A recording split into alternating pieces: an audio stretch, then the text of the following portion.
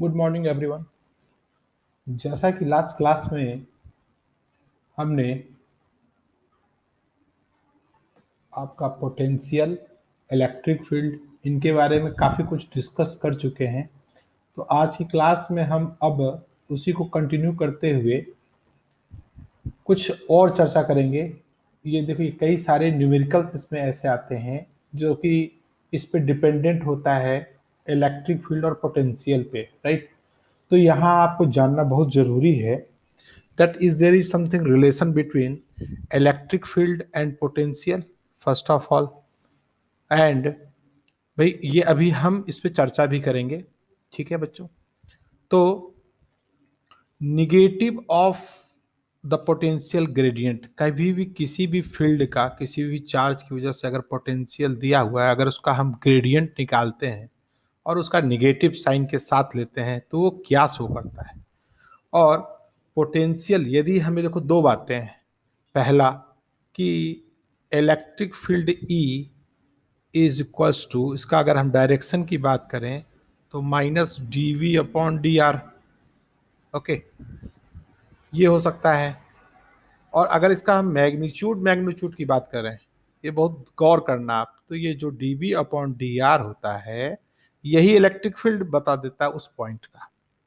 Minus sign जो यहाँ पर आप सो देख रहे हैं, ये माइनस क्या बताता है, इसका सिग्निफिकेंस क्या है ना भाई। किसी भी पॉइंट से हम दूर जाते हैं, थोड़ा समझिएगा, फिर हम इसका एप्लीकेशन और सिग्निफिकेंस पे भी बात करेंगे। क्लास थोड़ी लंबी हो सकती है, मगर यहाँ आपको जानने को बहुत सारी बातें मिलने वाली है। ठीक है, तो अगर कोई एक चार्ज क्यू है, मान लीजिए, हमेशा ओरिजिन पे ही मानिए आप, ताकि यहाँ से हम कोई भी डिस्टेंस आर ले सकते हैं, जनरल पॉइंट आर। तो आर पॉइंट पे यदि इसका इलेक्ट्रिक फील्ड कुछ भी है, इससे हम दूर जाते हैं तो इलेक्ट्रिक फील्ड भी घटता है, घटेगा ना। ई इजकल टू के क्यू अपॉन आर स्क्वायर। और पोटेंशियल भी अगर हम बात करें इस पॉइंट से, अगर हम इस चार्ज के रिस्पेक्ट में देख रहे हैं तो इनफाइनाइट से इस पॉइंट पे लाने पे और इस पॉइंट पे लाने पे, तो यहाँ पे जो पोटेंशियल होगा, यहाँ पे जो पोटेंशियल होगा, क्या होता है, के क्यू बाई आर। तो भाई आर को बढ़ाने से ये भी घट रहा है, तो ये निगेटिव साइन के साथ में क्यों शो करता है, राइट। तो इसके पीछे फिर इसका रीजन है, इसका एक्चुअली सिंपल सी बात है। मैं ज़्यादा समय नहीं लूंगा आपका। देखिए, इलेक्ट्रिक फील्ड हमेशा किधर के किधर डायरेक्शन होता है इसका, प्लस से आउटवर्ड्स की ओर होता है। लेकिन जब भी आप किसी भी पॉइंट पे इलेक्ट्रिक फील्ड में आप निकालना चाहेंगे तो वहां जो इलेक्ट्रिक फील्ड का डायरेक्शन होगा, आप देखिए, ये हमेशा हाई पोटेंशियल से लो पोटेंशियल की ओर होगा, राइट। अगर यहाँ माइनस चार्ज की भी बात करें, थोड़ा इसके बारे में 2 मिनट रुक कर सोचो, तो यहाँ भी जो इसका पोटेंशियल होगा, जब आप इसका इलेक्ट्रिक फील्ड निकालेंगे तो आप गौर करेंगे कि हमेशा इलेक्ट्रिक फील्ड का डायरेक्शन जो होता है वो पोटेंशियल डिक्रीज करता जाएगा जिस डायरेक्शन में, ठीक है, वही डायरेक्शन इलेक्ट्रिक फील्ड का होगा। तो ये जो माइनस साइन है, ये बात को शो करता है कि इलेक्ट्रिक फील्ड का जो डायरेक्शन है वो उस डायरेक्शन में है जहां पोटेंशियल लगातार इसका डिक्रीज करता जाएगा। ओके, इस केस में देखिए तो यहाँ पे जो भी है इस पॉइंट पे और डिक्रीज कर जाएगा, और दूर जाएंगे तो पोटेंशियल इसका और डिक्रीज कर जाएगा। तो ये आपका माइनस साइन शो कर सकता है। अभी जो इम्पोर्टेंट बातें हैं वो अभी एक एक करके हम डिस्कस करेंगे, फिर लास्ट में इस पे हम कुछ परिचर्चा करेंगे, इसका एप्लीकेशन पे भी बात करने वाले हैं इस क्लास में। तो सबसे पहले शॉर्टकट तरीके से ही देखो, क्योंकि ऑलरेडी आपने बहुत सारा प्रूफ किया हुआ है, तो मैं ज़्यादा नहीं चाहूँगा कि आप इसमें टाइम अपना खराब करें। देखिए, समझिए, अगर कोई एक चार्ज है, ठीक है, ये चार्ज आपका Q है, प्लस Q चार्ज, और ये ओरिजिन पे रखा हुआ है। कहाँ है, ओरिजिन पे। इसमें काफी कुछ हम वहीं से ले लेंगे जो आप ऑलरेडी समझे हुए हैं, वहीं के हेल्प से हम इसे प्रूफ करेंगे, ताकि वो पार्ट आपको दोबारा जोर ना देना पड़े समझने के लिए। ठीक है, अब यहां से आप फिर उसी, जैसा हमने पोटेंशियल एट एक पॉइंट निकाला था इनफाइनाइट से लाने के लिए, मान लीजिए कि कोई पॉइंट बी है और इनफाइनेटली स्मॉल एक कोई दूसरा पॉइंट यहाँ ए है। तो चूंकि चार्ज यहाँ है तो जाहिर सी बात है ए क्या होगा, ए क्या होगा, लो पोटेंशियल पे होगा, राइट। ए लो पोटेंशियल पे होगा as compare to B, B ज्यादा हाई पोटेंशियल पे होगा बी। अगर हम और पास में आ जाएंगे तो आपको पता ही है के क्यूब बाई आर, तो आर डिक्रीज करता जाएगा तो पोटेंशियल इसका इंक्रीज करता जाएगा। यहां तक तो कोई दिक्कत नहीं होनी चाहिए, राइट। तो इनफाइनाइट से ए तक लाने के लिए जो पोटेंशियल होगा वो क्या होगा, इनफाइनाइट से, याद आ रहा है ना बच्चों, पहले भी आपने ये चीज कर चुका है, इनफाइनाइट से अगर हम क्यू नॉट चार्ज को लेके आते हैं इस रास्ते से, तो ए तक लाने के लिए जो होगा वो पोटेंशियल मान लो वी ए हुआ, ठीक है। और बी तक लाने के लिए जो पोटेंशियल होगा, suppose this is V B, तो इसका पोटेंशियल कुछ ज्यादा है क्योंकि आपको जो काम करना पड़ रहा है ए तक आने के लिए, अब बी तक आने के लिए कुछ एक्स्ट्रा काम करना पड़ेगा, वो वर्क हम निकाल लेंगे पहले। तो आइए देखते हैं, वी ए को आप मान लीजिए कि चलिए इसका वी है, अब थोड़ा सा इन्फाइनेटिसमली स्मॉल डिस्टेंस आप बी को यदि कवर करते हैं, मान लीजिए कि ये इन्फाइनेटली स्मॉल डिस्टेंस है, सपोज डी आर, ये आपका हो गया डी आर। तो डी आर डिस्टेंस आप आ रहे हैं, तो इसकी वजह से जो पोटेंशियल हल्का सा ज्यादा होगा, कितना होगा, तो इसको हम लिख सकते हैं, अगर ये v है तो ये v प्लस डी वी है, थोड़ा सा ज्यादा पोटेंशियल पे होगा पॉइंट p, राइट। ओके, अब जो हम इसको लेके आ रहे हैं चार्ज को क्यू नॉट को लेके आ रहे हैं, तो सबसे इंपॉर्टेंट चीज क्या है, यहाँ पे इलेक्ट्रिक फील्ड किधर है, तो इलेक्ट्रिक फील्ड इस पे, इस वाले चार्ज पे यूनिट पॉजिटिव चार्ज जो आ रहा है ए से यदि हम बी तक लेके आ रहे हैं, तो यहाँ फोर्स कितना है, that is your Q naught E. तो आप एक्सटर्नल वर्क कर रहे हैं इसको लाने में विदाउट एक्सेलरेशन, ये याद रखना हमेशा, विदाउट एक्सेलरेशन, क्योंकि एक्सेलरेशन डाल दोगे तब तो फिर गड़बड़ हो जाएगा। Force mass into acceleration, acceleration के बाद तो चीजें बहुत गड़बड़ हो जाएगी, बहुत स्लोली स्लोली आपको यूनिट, बहुत स्मॉल चार्ज को लेके लाना है। आप ये चार्ज क्यू भी लेके आ सकते हैं, यूनिट चार्ज भी लेके आ सकते हैं, 1 कूलम चार्ज भी लेके आ सकते हैं, मैंने आपको बताया था, इससे कोई फर्क नहीं पड़ता। क्यों, क्योंकि लास्ट में जब हम इसका पोटेंशियल निकालते हैं तो W अपॉन ये चार्ज कर देते हैं, क्यू नॉट है तो क्यू नॉट कर देंगे, 1 है तो W/1 हो जाएगा, क्यू चार्ज लाएंगे तो W/Q आ जाएगा। ये तो आप समझ रहे हैं, ऑलरेडी क्लास में मैंने डिस्कस कर रखा है, ठीक है। तो इससे कोई फर्क नहीं पड़ता है, ठीक। अब जैसे आपने लास्ट क्लास में किया था, अगर यहां हम यहां ए से बी तक लाने में वर्क निकालना चाहें, what is the work, that is equal to force. अब डिस्टेंस आप ला रहे हैं, अब डिस्टेंस आप ए टू बी चल रहे हैं, फोर्स क्यू नॉट ई है, राइट। अपोजिट फोर्स यहाँ पे लग रहा है, इसकी वजह से, इलेक्ट्रिक फील्ड की वजह से, इसके अगेंस्ट में आपको काम करना है।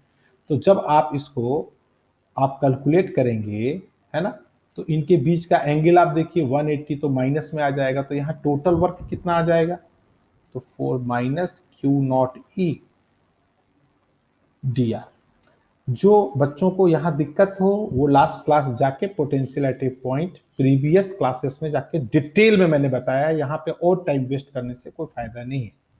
हाँ, ये ध्यान रखिएगा कि हमेशा ऐसे कैलकुलेशंस पे जब हम इंटीग्रेट करके कोई चीज निकालते हैं तो बहुत ही इनफाइनेटली स्मॉल डिस्टेंस लेते हैं और फिर हम उसको कैलकुलेट करते हैं, और इस केस में एक्सेलरेशन नहीं होना चाहिए, राइट। इसका मतलब है जितना यहाँ फोर्स इलेक्ट्रिक फील्ड की वजह से लग रहा है उतना ही आप एक्सटर्नल फोर्स लगाएंगे, तो एक्सेलरेशन वैसे भी नहीं होना है, ठीक है। ओके, अब यहां पे जब आपका ये आ गया, तो अब हम दूसरा एक तरीका भी जानते हैं कि वर्क जो है, वर्क इक्वल टू क्या होता है, charge into potential difference, potential difference PD. ये था ना, लास्ट क्लास में मैंने बताया था कि आपको ज्यादा चार्ज लाना है तो ज्यादा वर्क करना पड़ेगा, सिर्फ पोटेंशियल डिफरेंस एक बार पता हो गया, तो यहाँ पोटेंशियल डिफरेंस कितना है, वीबी माइनस वी ए, यही पोटेंशियल डिफरेंस है। अब इसमें क्यू नॉट चार्ज लाओगे तो क्यू नॉट से मल्टीप्लाई कर दो, यूनिट चार्ज लाओगे तो 1 रख दो, क्यू चार्ज लाओगे तो क्यू रख दो। अब यहां अगर हम लाएं तो यहाँ पे क्या निकल के आएगा, हमने क्यू नॉट चार्ज लेके यहां से यहां तक आए, मतलब वर्क हम दो तरीके से निकाल लिए, एक फोर्स इनटू डिस्प्लेसमेंट, राइट, उसके थ्रू, दूसरा हमने चार्ज और पोटेंशियल वाला जो हमने लास्ट क्लास में पढ़ा था उस दोनों के हेल्प से हमने निकाल लिया, ठीक है। तो वीबी माइनस वी ए, ये v है, ये v प्लस डी है, तो इनके बीच में स्मॉल पोटेंशियल कितना हो जाएगा, dv। क्यों, छोटा सा डिस्टेंस को कवर करने के लिए छोटा सा काम करना था, यहाँ छोटा पोटेंशियल डेवलप हुआ था तो छोटा वर्क करना पड़ेगा, ठीक है। ओके ना, जो भी ये छोटा सा काम करना पड़ा, जो भी ये काम करना पड़ा, चूंकि दोनों वर्क यूनिट आपका क्यू नॉट चार्ज को लाने के लिए किया गया है, तो इसको हम कंपेयर कर सकते हैं। Now comparing 1 and 2, comparing 1 and 2, आप इक्वेट कर दें दोनों को, what we get here that your minus Q naught E D R equal to Q naught D V. ना क्यू नॉट और क्यू नॉट आपका कैंसिल हो जाएगा, तो यहां हमें क्या मिलेगा, E इक्वल टू माइनस, ऐसा लिख सकते हैं, D V upon D R. तो आइए देखते हैं क्या बता रहा है आपका इलेक्ट्रिक फील्ड जो है, ये आपका क्यू नॉट ई इलेक्ट्रिक फील्ड है ना, तो ये आपका इलेक्ट्रिक फील्ड इसके टर्म में निकल आएगा। माइनस साइन मैं ऑलरेडी क्लास में बता चुका, सिर्फ माइनस साइन यही बता रहा है। आप देखिए यहाँ पे कि ये बी पॉइंट से ए पॉइंट की ओर इलेक्ट्रिक फील्ड अगर यूं जा रहा है तो पोटेंशियल डाउन होता जा रहा है। ए का आपका लो पोटेंशियल है, ये लो पोटेंशियल है। अगर हम इस पॉइंट पर कोई पॉइंट ले लें पी, तो ये और ज्यादा लो पोटेंशियल होगा। क्यू ले लें तो ये और लो पोटेंशियल। तो इलेक्ट्रिक फील्ड का डायरेक्शन हमेशा पोटेंशियल जिस डायरेक्शन में कम होता जाएगा उधर ही इलेक्ट्रिक फील्ड का डायरेक्शन होता है। ये आप देख के समझ सकते हैं, ठीक है। अब dv अपॉन डी आर का जो टर्म है ये काफी इंपॉर्टेंट इसलिए है कि किसी पॉइंट पे इंस्टेंटली, किसी पॉइंट पे आपको, अगर आपको इलेक्ट्रिक फील्ड यहां निकालना है तो क्या होगा, तो ये हम जैसे आपका जानते हैं ना, rate of change of velocity से हम क्या निकाल सकते हैं, एक्सेलरेशन निकाल सकते हैं। तो यहां पर dv अपॉन डी आर क्या कहेंगे इसको, so dv upon D R को क्या कहेंगे, rate of change of, yes ये याद ही रख लो तो अच्छा है, rate of change of potential with distance, right. So यहां पे ए टू बी, अब यहां किसी पॉइंट पे आपको कहीं भी कुछ दिया है, इंस्टेंटली आपको निकालना है और उस पॉइंट का आपको v पता है, तो यहां यदि आप dv अपॉन डी आर कर लेंगे तो आपको e पता लग जाएगा। और अगर e का डायरेक्शन भी चाहते हो तो इसी का निगेटिव निकाल दो तो आपको इसका डायरेक्शन भी पता लग जाएगा, राइट। इस तरीके से v के हेल्प से हम e निकाल सकते हैं, ठीक है बच्चों। अभी सवाल उठता है कि क्या दूसरा वाला जो था, क्या हमें अगर E पता हो तो E के हेल्प से भी क्या हम V निकाल सकते हैं? जी हाँ, बिल्कुल। देखो समझो, हमेशा कभी भी आप कोई चार्ज रख दोगे ना, कोई चार्ज आपका Q है, यहां की वजह से कोई भी इलेक्ट्रिक फील्ड यदि बनता है तो इस इलेक्ट्रिक फील्ड से हमेशा एक एसोसिएटेड फील्ड जो होता है ना, स्केलर फील्ड जो होता है, that is your vector V potential, हमेशा E से एसोसिएटेड ये स्केलर क्वांटिटी पोटेंशियल होती है।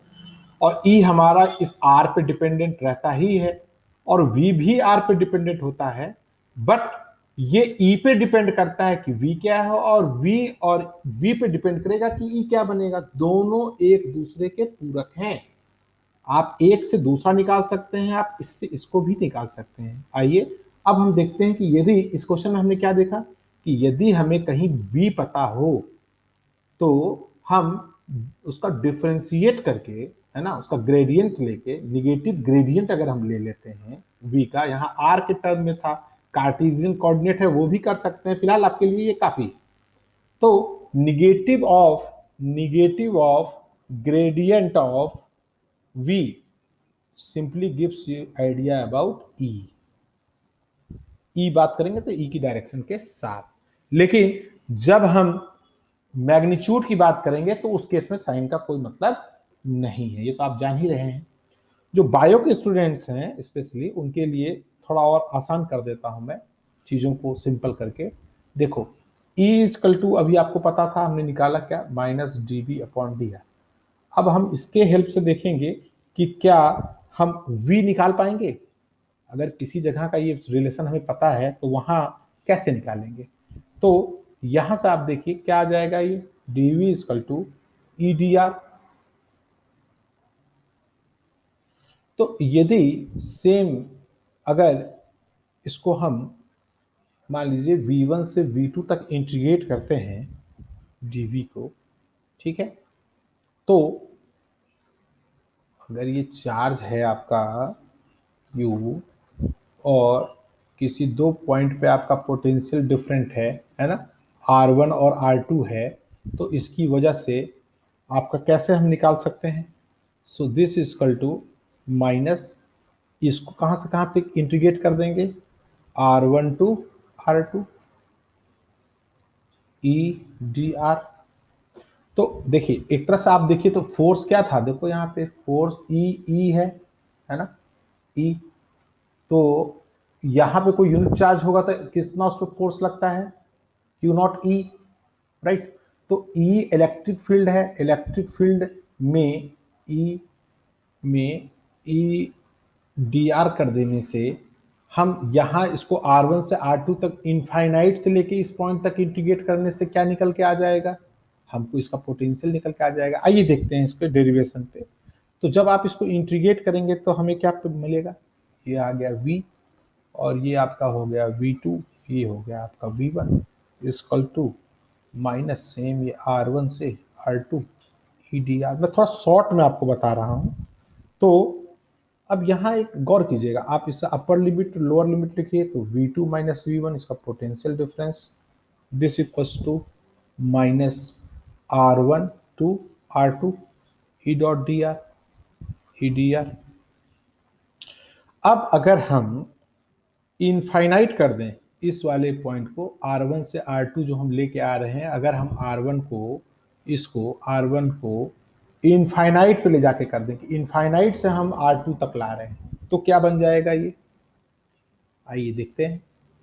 सो V2 minus V1 equal to minus, हमने क्या कर दिया, इनफाइनाइट से लेके हमने R तक ले आए, जनरल पॉइंट हमने कहीं भी कंसिडर कर लिया कि ये कोई पॉइंट R है, इनफाइनाइट से लेके इस पॉइंट को हम यहां तक ला रहे हैं। तो इस केस में क्या हो जाएगा, ये ई डॉट, यही तो पोटेंशियल है, और V1 है ना, तो इनफाइनाइट पे इसका पोटेंशियल कितना हो जाएगा, हमें पता है, आपको बताया था मैंने लास्ट क्लास में कि इनफाइनाइट पे किसी भी चीज का चार्ज की वजह से जो पोटेंशियल होता है वो जीरो हो जाता है। तो हम ये कह सकते हैं कि V this is equal to V, अगर इनफाइनाइट कर देंगे तो इसको क्या लिख सकते हैं, V। So we can write it in this way that V is equal to, इसको हम क्या लिख सकते हैं, इसको हम यहाँ लिख सकते हैं कि